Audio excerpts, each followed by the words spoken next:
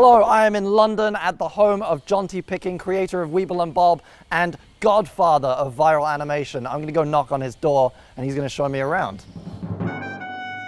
So my name is Bing and this is HuHa's Heroes of Animation, where we investigate success stories from the varied and stormy seas of animated film.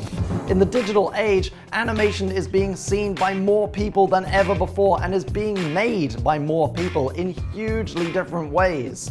And this show is going to be looking at some interesting specimens from the deepest depths of animation, their lives, histories, and production processes. First up is Jonti Picking, a veteran of viral video. On YouTube alone, he's accumulated over 200 million views, but that's nothing compared to the literally immeasurable number of times his cartoons have been viewed on his own and other websites. You probably take video streaming services like YouTube and Netflix for granted, but it's easy to forget that just a few years ago, our connectivity was so limited, it was near impossible to watch live action video online. It was, however, possible to watch vector-based Flash animations, and one of the biggest names doing it back then was Weebl. Hello? You were just waiting there, weren't you? I was. Come in. Come in. Okay. Don't be shy. I'm coming in. Behold the shed. It's not really a shed. It's kind of a shed. It's outdoors in a garden. Okay, cool. Show me around. So talk me through what you've got here. Projector, obviously. It's handy to see things big. Software! Lots of software! And Sam D'Amigo for the Dreamcast, the original, the best. Talk me through this corner. This corner here, Yeah. this is crap. Okay. And top hats. Here we go. So AV here, this is old junk and ways of getting old junk onto new junk. So you've got a USB tape deck. This is an IBM Model M keyboard. This is from 1986, probably before you were born. Oh yeah, that's fantastic. What did you shoot with this back in the day? Just silly dances and mainly me naked going like this.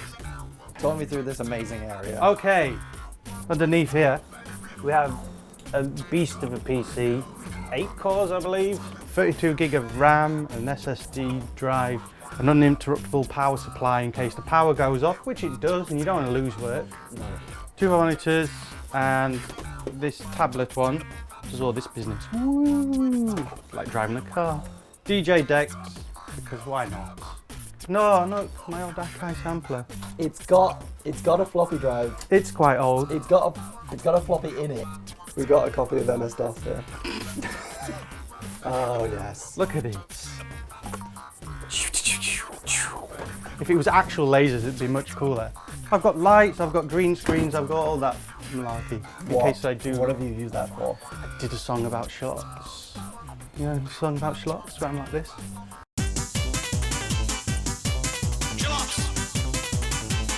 I'm not really sure where the name Weebl came from, and now looking back on it, it was a huge mistake, because when you say to people, yeah, my website's Weebl's hyphen stuff, but there's no E on the end of Weebl, and it's spelled, you just have to go into the spellings all the time. It's like, why didn't I just pick a sensible name like Exploding Dog or Ham Man?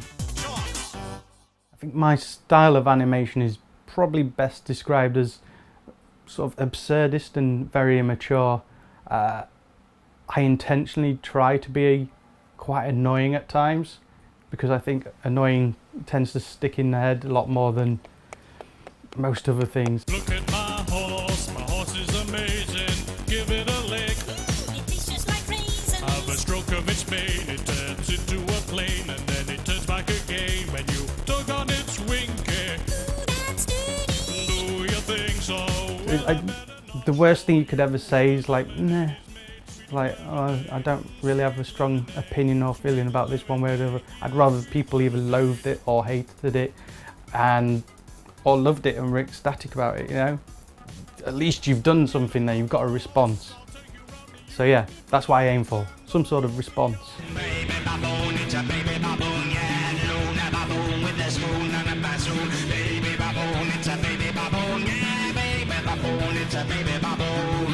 It's better to be Marmite than mush.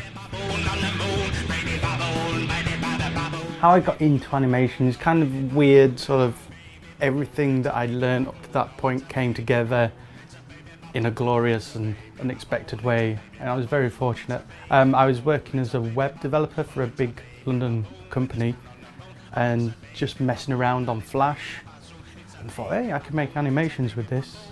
And there was a site called B3TA or Beta, and a lot of the other creators in a similar sort of position were all just making silly GIFs and Photoshops, and Flash was there and we were all playing that with that and making cat videos and kittens riding things. And I'd say I'd started using Flash in 1998 maybe. I think it was version 3 or 4, so it was a while back. Oh, no, go away. We do actually have smart bombs as well. Yeah, I'm losing a lot of far. Oh, I did it. I smart bombed. Obviously the first animations that I did were purely Flash, just because that's what I had and that's all there was back then. Computers even struggled to play the Flash that people were making back then, even the really simple, stupid things. We've got a man who's a horse, Okay. and traditionally you draw each bit by hand, each frame, but with Flash what you could do is do. You basically created like a puppet made of parts. Yeah, sort of. So there we go. Each layer is a different thing, and we changed the rotation point there. So now, putting another frame here, it's a keyframe, and we just go, oh, and his head will go, It's all done in the program, so yeah, it's still quicker that way. The whole process is much easier in a way and a lot more rapid, and file sizes it makes are generally quite small compared to, say, video. So from the early internet, when people were on 56k and less speeds, it was hugely important that file sizes be small, so that's why it came to dominate in the way it has. So Weebl and Bob came around because I wanted to make something that would load instantly without any sort of pause or loading screen. It would just play straight away. Yeah. So obviously simple shapes, because people's PCs back then didn't have the grunt to throw around complex blurs and all that. Yeah.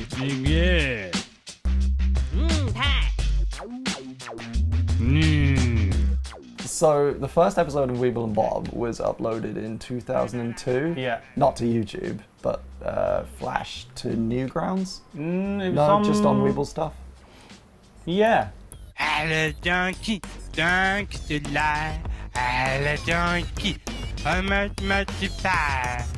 When you're a kid, like since 2001 or whatever, like you have the internet and you have these websites that you go to, and nowadays it's pretty much like YouTube, Facebook, Twitter, Tumblr. And so we were like going on things like Weebl stuff forums. And yeah, that was like how we got our entertainment as like amusement-starved teenagers. We were in year 8, Weebl was kind of the thing to watch on the internet before even YouTube was a thing.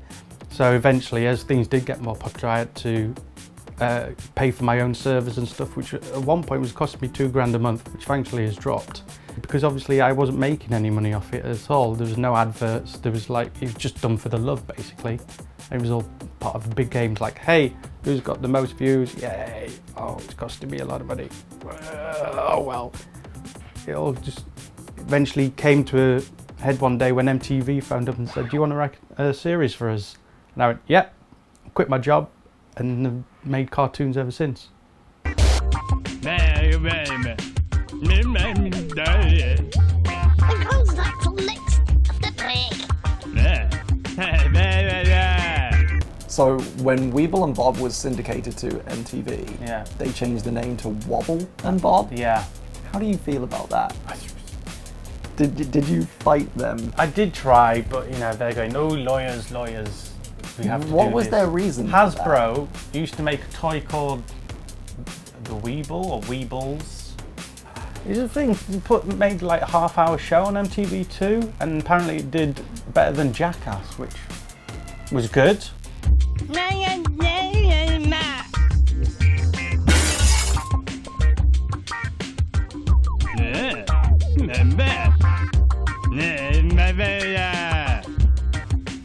I tend to sway towards sort of talking food stuff and anthropomorphized animals.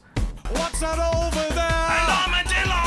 Oh, what's he doing now? A scented pillow! Narwhals, they are narwhals, narwhals. Just don't let them touch your balls. A lot of his videos, like crabs and badgers, and just like there are a lot of animals that are innately funny, and Weebl's very good at nailing that. I've got a big bag of crabs here.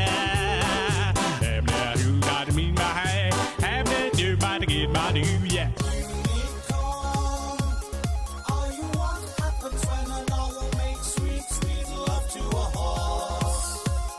It's very bright and vibrant, even if the content itself is very dark and twisted.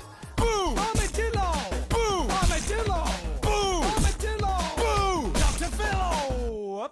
Oopsie. I don't think I've watched it for maybe 6 years, but I know all the words to, what is it, I've seen things.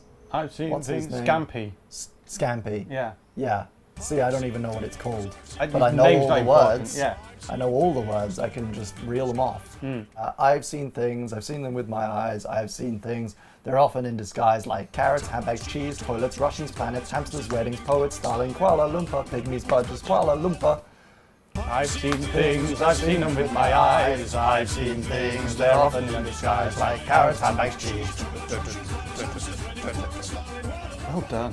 Yeah. Even I can't remember it half the time. You did good. Well, that's the damage you inflicted on people my age.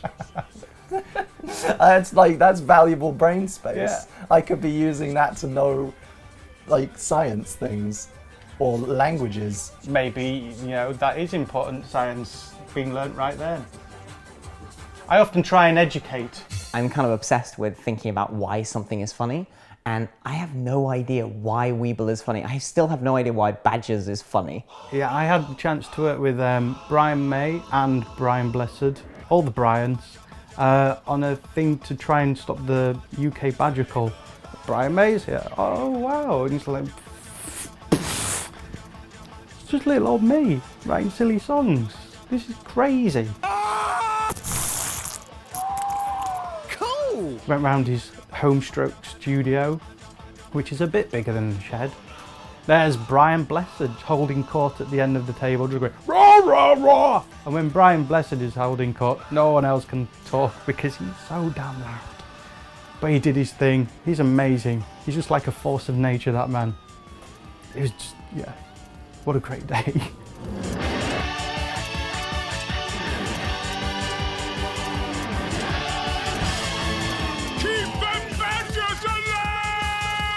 Badger, Badger, Badger was obviously like the genesis of the new Badger song, and this was made in 2003, so it's over 10 years old now, I believe. And it's just one of those things that for the longest time I have no idea why it was so popular either, but it came about. It's like do do do do do do do. Badger, badger, badger, badger, badger, badger, badger, badger, badger, badger, badger, badger, mushroom, mushroom.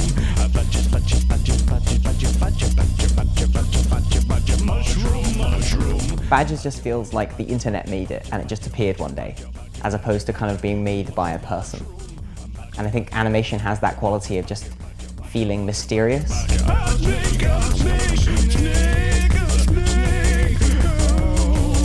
And then it just went crazy, man. It's been seen 17 million times on YouTube, and who can say how many other times like outside of YouTube, because obviously it was pre-YouTube, and there's badger.com, which I don't actually own, but someone just nicked Badger and stuck it on there. It's like, I kind of like that back, but I'm not going to be cheeky.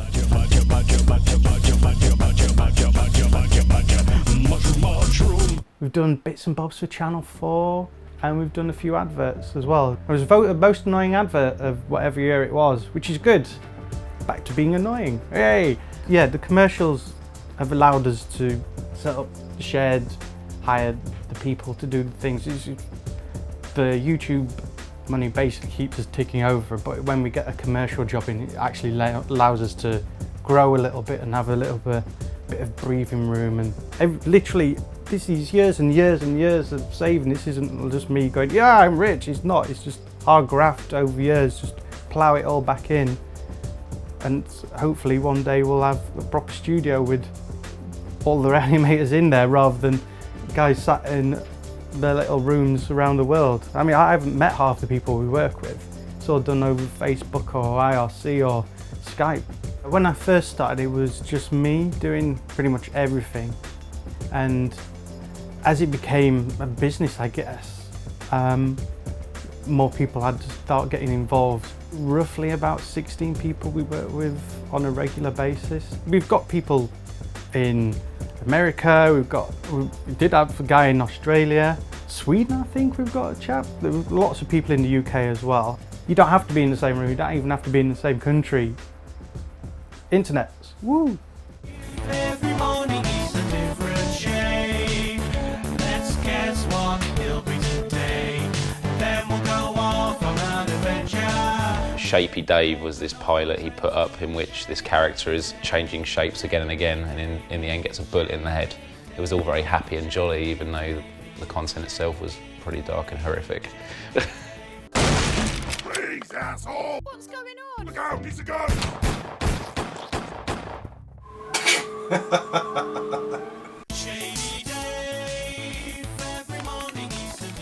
think my inspiration is over the years. I just absorb as much as possible, like sci-fi films, fantasy, comedians like Monty Python and Vic Reeves and Spike Milligan. Shot cowbell, Will Tuber, Wilk Symbol, oyster castanets. Taking as much as possible, and then you've got more to pick and choose from and steal from, basically, and make your own. This sounds a lot like Inception to me. Aye, but it's Yorkshire Inception, it's completely different. I think for me, Weebl is kind of synonymous with the internet. Like, I look at something like Kenya or whatever, and I look at it and I wouldn't know it was made by Weebl unless someone told me, because I just think it is the internet. It is whatever internet culture is. Weebl is kind of synonymous with it. Where can you see lions?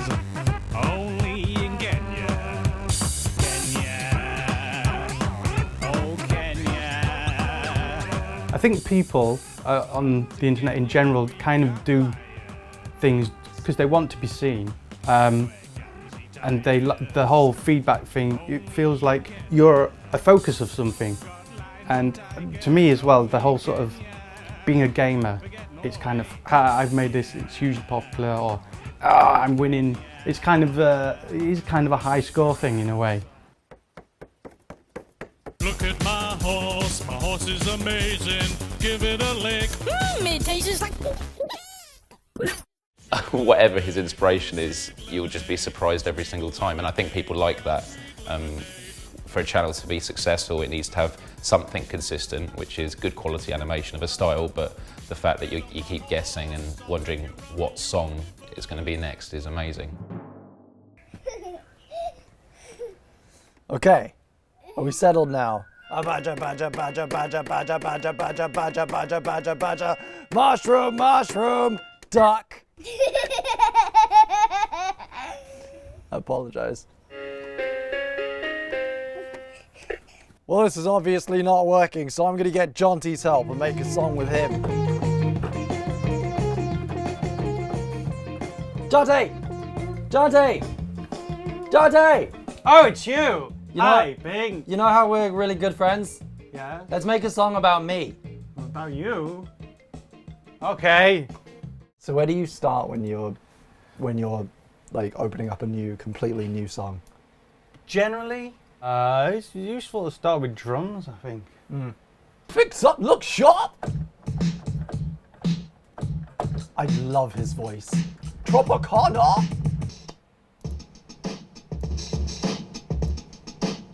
Yeah. It's got a groove, it's good. Okay, so now what? I think we need some horns. Yeah, horns is good. I like horns. Bum, ba-da, ba, bum, ba-da, ba, bum.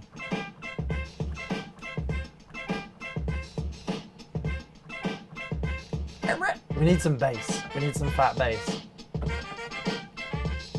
Yeah, the fattest of basses. First dabbling with music was the Commodore 64, and you could buy a little, well I say little, the cartridge is about that big and that high, which gave you 2 seconds of maybe 4-bit samples, and you could buy a keyboard as well. You couldn't really do much else with it, but at the time I was like, yay, I'm living in the future with synthesizers. Did you ever do any of your earlier stuff on analog stuff? Sure, I mean I had an old 4-track machine. Like it used, you know the old cassette tapes? Do you remember cassette tapes? Yeah! Okay. I even have a few. It recorded on both sides at the same time, so instead of a stereo thing, you'd have 4 channels of mono. We got That's just Canoe, that's an old live recording of... Canoe the Leopard.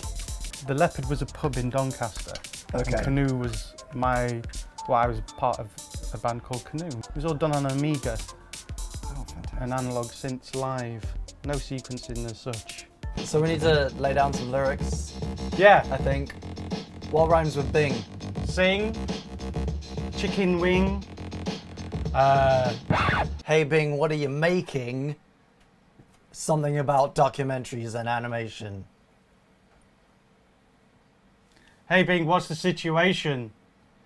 Making a documentary about animation. Yeah, this is fresh. Here we go, right. Okay. Shh. Hey Bing, what you gonna sing? Hey Bing, what's the situation? So this down here is the talk box. You put that tube in your mouth. Sorry, it's not been up my bum yet today.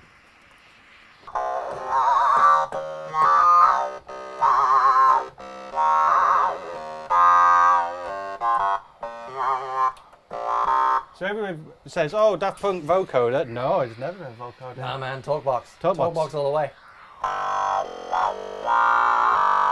On the music side of things, I do generally do pretty much everything because I know what I'm doing. I don't really need much help there. But there isn't a set sound. I generally make each sound individually for each song, be it the drums, be it the synths or whatever. Just because if you rely on a set sound thing, then you end up sounding like Moby with his bloody piano that sounds rubbish, and I don't know why he's still using it. He's got the money, he could get a real piano in, damn it Moby.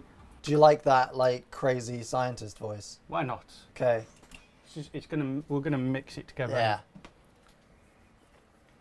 Making documentaries about animation.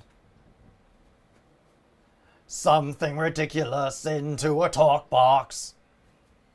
Okay, cool. Nice. Let's hear it. We're making history. Freestyle. There's no two ways about it. I think last year was the first gig we did with Summer in the City after about 16 years of not playing live at all. From Doncaster to a pub of, say, 50 people to Summer in the City with maybe 1,500 people. It was, yeah, that was quite a leap. That was fun.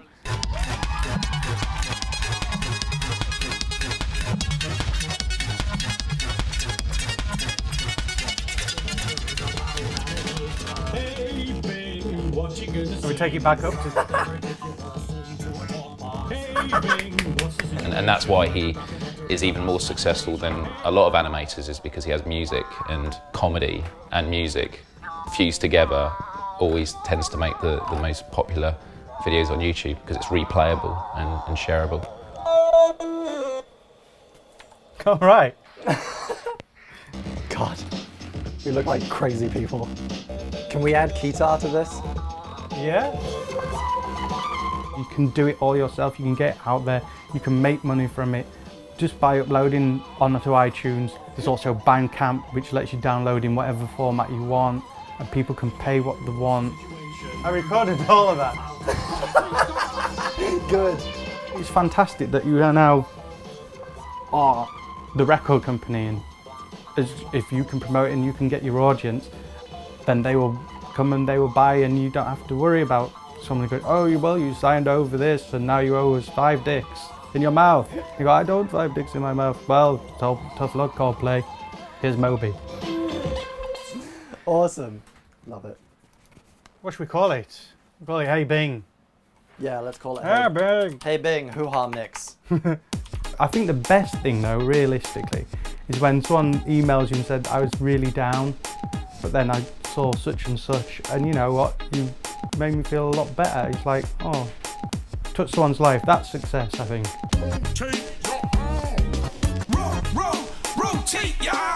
You just got to enjoy it, basically, and not just for yourself, but for everyone around you as well.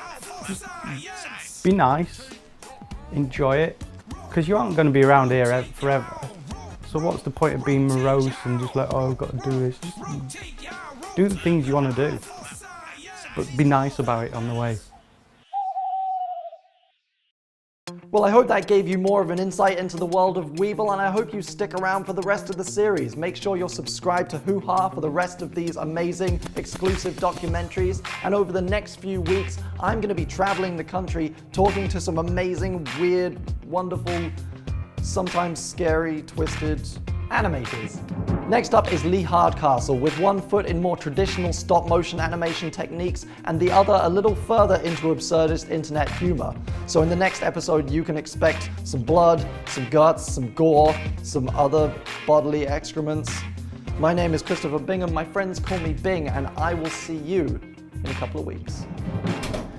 Oh, so that's why I hate Moby. No, it makes sense. Yeah. Thank you so much for having me, Jonti. I've learned a lot. It's been a pleasure. We rocked out. That was amazing. Bros for life. Yes, bros. Bro Okay. fist. I'm going to be back so that we can start a band. No. Go now. Go. Keep going. Keep walking.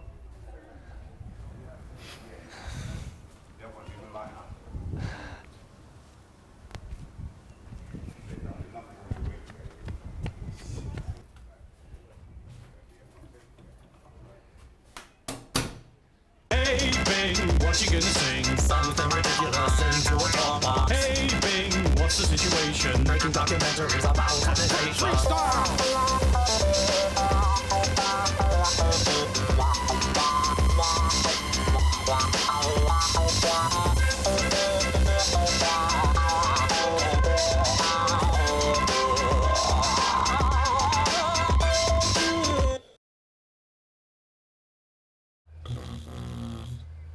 Professionals.